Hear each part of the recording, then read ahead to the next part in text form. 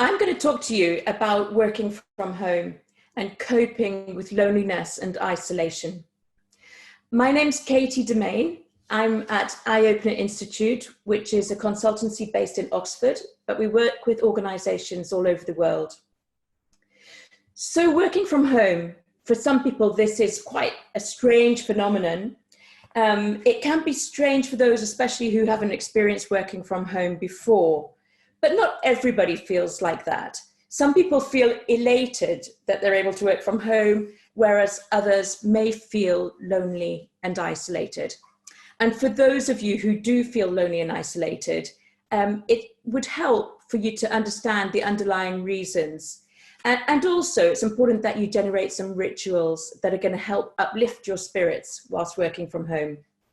So I'm going to talk to you in 3 sections. The first one is about making sense of your feelings, about this, if you're feeling this loneliness and isolation. So we'll explore those, and I'll ask you some questions as well. And then we'll end by generating rituals for coping with working from home, so establishing some healthy practices.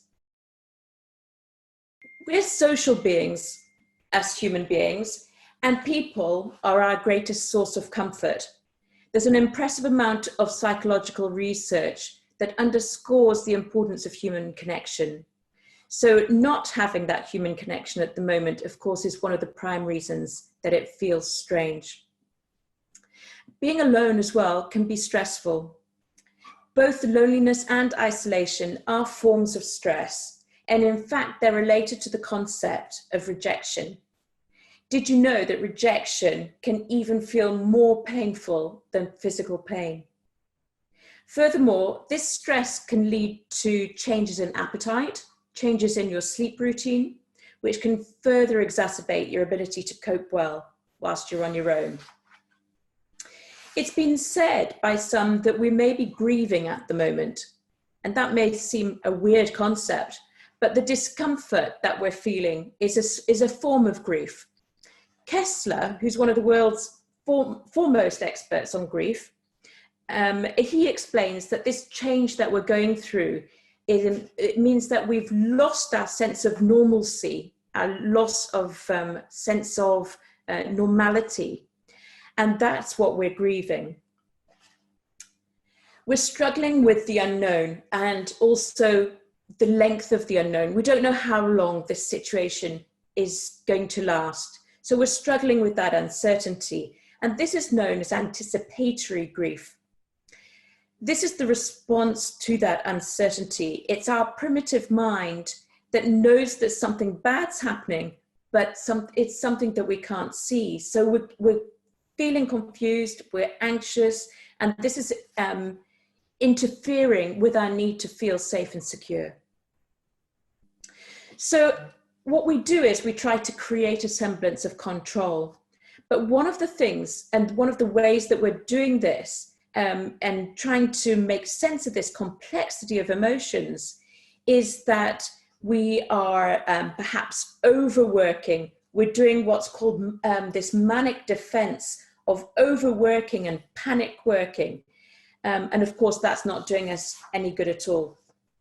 And Freud even said that work is a pillar of civilization that brings people together to counter the threats to our existence that nature poses. So if you think about that, this pillar of civilization that we call work isn't there in its normal shape and form at the moment. So that also means that we're missing a fundamental part of who we are and identity of ourselves. So let's ask some questions. Here are some questions. How would you describe your personality? How does working from home fit or not fit with your personality?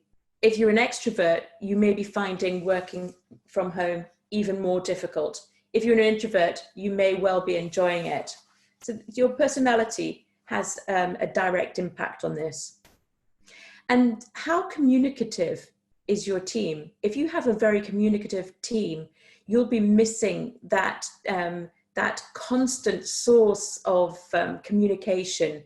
And even if they've increased their communication whilst you're working from home. That's great, but you still may be feeling strange that you're not surrounded by people. How regularly are you in touch with your line manager? In a normal office environment, it may not be that you're in a meeting so regularly with your line manager, but there'll be some form of encouragement, whether that's a nod of the head or a verbal encouragement from your line manager. But now that you're working from home, you may not be getting those subtle forms of encouragement, and you may be feeling the lack of contact there. And also importantly, how much recognition are you getting for the work that you're doing every day?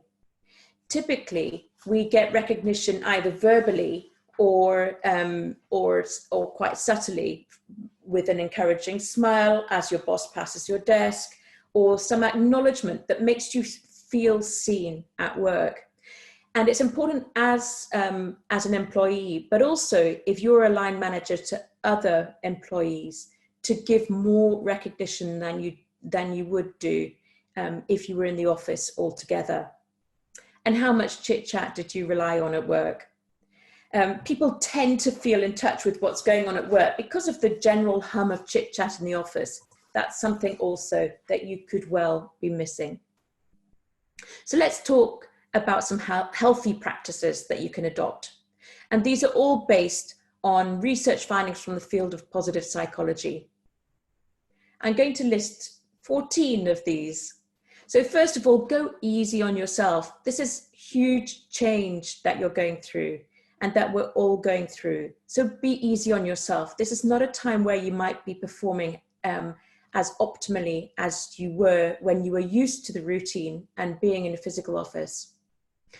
Weave some social activities into your work day. This is really important so that you have some points of contact through the day. Thirdly, stick to a daily routine.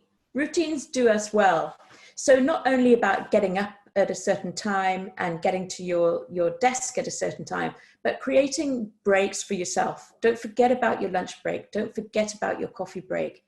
Build in some exercise, some fresh air, a change of scene during your day.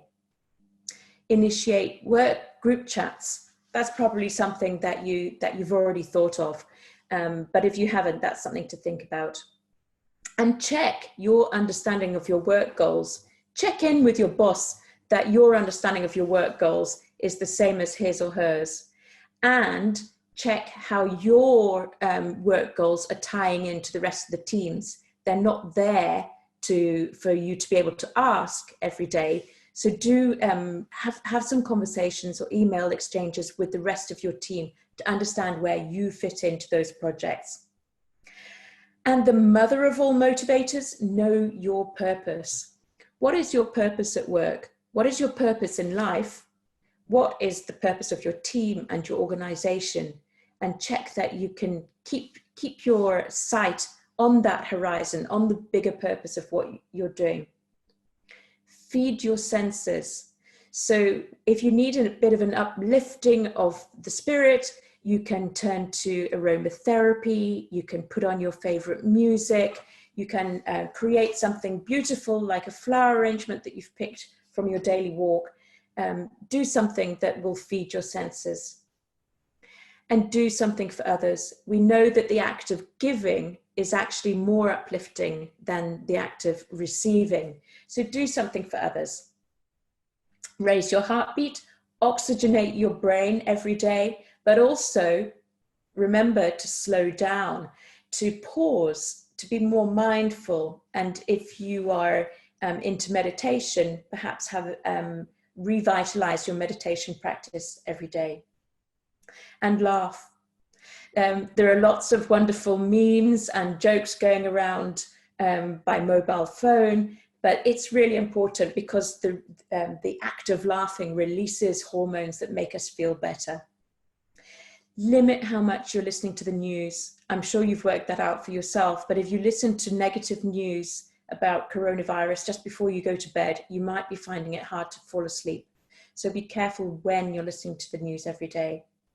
And finally, acknowledge yourself, acknowledge everything that you've achieved today, given these strange circumstances that we find ourselves in. I've got something to offer you. We're going to post the link for you to take the IPPQ survey. This is a survey that you do online. It's free for the month of April, and it will help you by giving you your individualized report about how you can focus more on your well-being at work and build more resilience at work. So it's the IPPQ, and that's my gift from Eye Opener to you. And please stay well and stay safe.